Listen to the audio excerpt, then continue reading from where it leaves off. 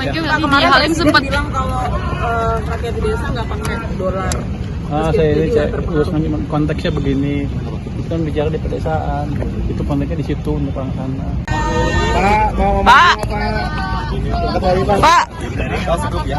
Pak. Wah, belum tahu, saya diundang aja nih. Nanti aja habis meeting baru kita ngomong ya. Iya Pak. Pak Kemarin Halim sempat bilang kalau rakyat di desa nggak pakai dolar. Saya uruskan konteksnya begini, itu kan bicara di pedesaan, itu konteksnya di situ untuk orang sana. Bukan berarti Pak Presiden nggak ngerti rupiah, dia kan jago, beneran. Pak, Seperti itu. berarti apa yang perlu dipahami masyarakat? Emang mereka ngerti imported inflation? Berapa ngerti kalau mereka dijelasin? Imported inflation secara teoritis nggak terlalu signifikan. Kalau kamu baca buku-buku ekonomi yang clear seperti itu, kadang-kadang jelas, kadang-kadang nggak. Sebagian meragukan adanya imported inflation. Ini kan bahasa populer kan? Coba selama ini itu pasti ada delay dan kadang-kadang juga hilang. Jadi itu kalau di buku-buku kadang-kadang buku-buku takif yang betul ya, kadang-kadang ada, kadang-kadang enggak, kadang-kadang ada yang meragukan gitu. tadi di Halim Pak Prabowo sempat nanya keadaan dolar ya Pak di Halim usai penyerahan tadi. Oh enggak, saya bercanda enggak. Bercanda saya dikasih minum aja enak. Saya pikir kamera apa? Kamera Pak. Kameranya masih? Jauh kameranya. Tapi kayak pertengahan minggu ini juga udah mulai berkurang. Pemerintah udah masuk ke bond market, sedikit asing juga mulai masuk sehingga tekanan di bond mestinya berkurang. Biasanya kalau tekanan di bond berkurang, sentimen negatif juga berkurang kan nilai tukar. Yang penting gini, besok saya ini akan ada APBN kita, laporan APBN kita sampai April. Itu hasilnya bagus, pasti di luar perkiraan para pengamat itu. Jadi fondasi kita memang betul-betul bagus, jadi Anda nggak usah khawatir. Ini navigasi itu mekanismenya baik atau apa sih Pak maksudnya?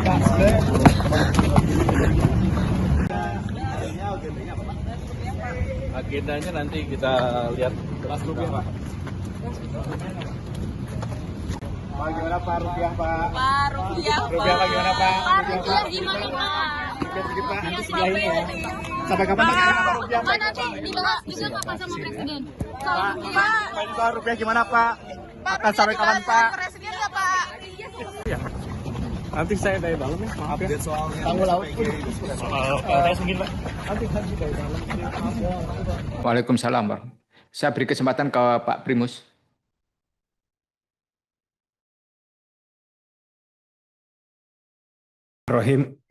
Assalamualaikum warahmatullahi wabarakatuh.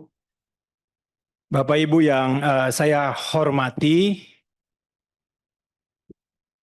saya skip saja Pak Ferry beserta jajaran terkait kinerja, karena tadi kawan-kawan sudah berbicara terkait kinerja Bank Indonesia dan memberikan apresiasi. Saya pribadi skip juga apresiasinya, saya tunda dulu. Karena kalau kita melihat apa yang terjadi sekarang, yang berhubungan dengan tugas dan fungsi Bank Indonesia, itu anomali. Pertumbuhan ekonomi kita 5,61%.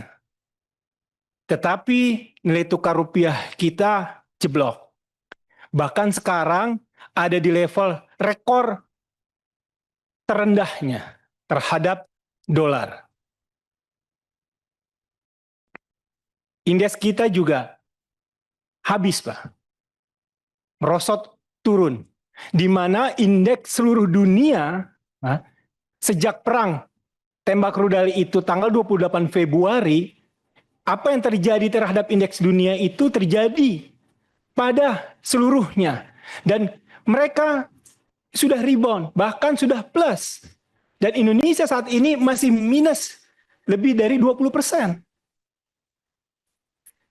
Ini kan bagaimana global mempertanyakan, salah satu ada banyak faktor, tetapi mempertanyakan kualitas Bank Indonesia, Bank Sentral kita ini. Nah ini yang menurut saya harus secara tajam pertanyakan, terakhir kita ketemu juga di Bank Indonesia, Itu saya juga mempertanyakan hal yang sama waktu itu di 16.800. Kenapa rupiah kita ini lemah? Kalau dibandingkan dengan dolar, sekarang selalu perbandingannya dengan dolar. Tapi faktanya dan ironisnya Pak, ini terhadap semua mata uang. Kita melemah terhadap Singapura, terhadap Australia, terhadap ringgit, terhadap rial, apalagi Hong Kong dolar, euro. Saya masih ingat Pak, euro waktu awal-awal tahun 2006 itu 7.000 per euro. Sekarang hampir 19.000, hampir 20.000. Nah ini kan harus kita lihat dengan realita Pak. Kita tidak bisa berdiam diri. Apa yang terjadi saat ini, menurut saya pribadi, Bank Indonesia saat ini sudah menghilangkan trust. Bank Indonesia sudah menyampingkan kredibilitasnya. Dan Anda sebagai pimpinan Bank Indonesia, sebagai tokoh utamanya, harus gentleman Pak. Harus berani melawan. Ada apa ini? Kenapa ini? Pak Ferry yang saya hormati, kadang Pak, kalau kita mengambil tindakan gentleman, itu bukan penghinaan Pak. Saya berikan contoh, mungkin saatnya sekarang Bapak mengundurkan diri. Tidak ada salah. Kalau selanjutnya terserah Bapak tentu saja. Tapi itu bukan sikap penghinaan Pak. Anda akan lebih dihormati seperti di Korea ataupun di Jepang. Kalau Anda tidak bisa melakukan tugas Anda dengan baik seperti itu. Tidak ada salahnya. Terakhir, saya ingin mengutip hadis Pak. Dan karena Anda ini adalah, saya melihat orang yang soleh, hadis ini sangat familiar, yang artinya dalam Indonesia, apabila suatu urusan diserahkan kepada yang bukan ahlinya, tunggulah kehancurannya. Mohon maaf, wabillahi taufiq wal hidayah. Assalamualaikum warahmatullahi wabarakatuh. Waalaikumsalam warahmatullahi wabarakatuh. Pak Fatih, saya persilakan. Terima kasih Pak Ketua, pimpinan, beserta seluruh anggota Komisi 11 yang saya hormati. Bapak Gubernur Bank Indonesia, Ibu Deputi beserta seluruh Deputi Gubernur Bank Indonesia dan jajaran. Kami apresiasi Pak, dan semoga Bapak senantiasa diberikan kesehatan bersama-sama dengan tim. Kita percaya, amin. Kita percaya turbulensi ini bisa kita lalui. Memang trigger-triggernya banyak ya Pak. Ini bisa dikatakan perfect storm lah. Tapi saya pikir insya Allah ini bisa kita lalui dengan baik. Kembali kepada hot issue kita ini kan terkait nilai tukar Pak.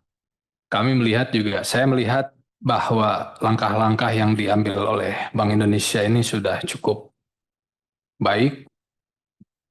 Dan secara fundamental saya pikir nampaknya kan sebetulnya kita punya fundamental ini bisa kita bilang nggak jelek-jelek amat lah gitu Pak. Tapi mungkin ini masalah daripada confidence, market confidence ya Pak ya. Nah, ini tugas kita bersama. Dan beberapa hal yang sudah dilakukan ini saya pikir ya mudah-mudahan bisa membuat para pihak mitra kita juga melihat bahwasanya kita serius. Ada satu hal Bapak Gubernur pada penguatan kebijakan moneter ini yang terkait dengan LCT Pak. Khususnya dengan mitra-mitra dagang utama kita. Nah di halaman 13 ini kan ada naik ya Pak ya, sampai dengan Maret ini sudah ada peningkatan yang sangat signifikan berbanding dengan bulan Juli tahun lalu 2025. Ini hampir berapa kali lipat ini.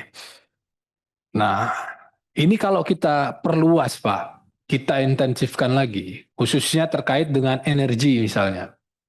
Karena kita punya impor migas ini Pak yang puluhan miliar US dollar ini nampaknya terkait neraca ini yang paling banyak nyumbang mungkin Pak.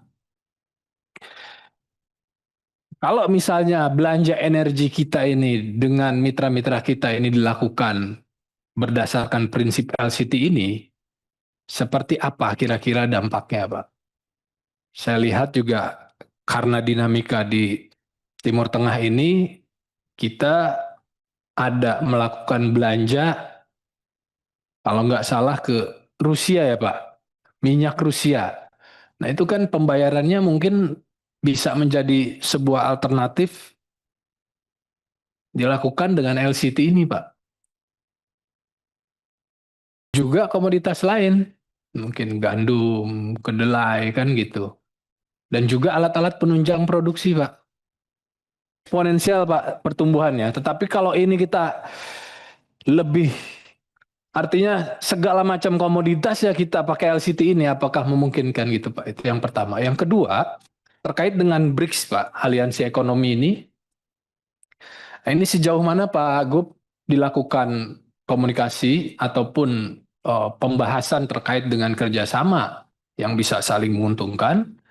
Mengingat Indonesia ini kan sudah menjadi anggota. Nah, komunikasi dengan negara-negara itu bagaimana? Karena di dalam BRICS ini kan ada negara penghasil minyak, juga penghasil gandum dan segala macam. Nah, ini kurang mungkin Bapak bisa elaborasi lebih lanjut. Itu saja Pak Ketua, saya kembalikan, terima kasih. Terima kasih Pak Fatih. Berikutnya Pak Andreas. Subscribe, share, like, and comment.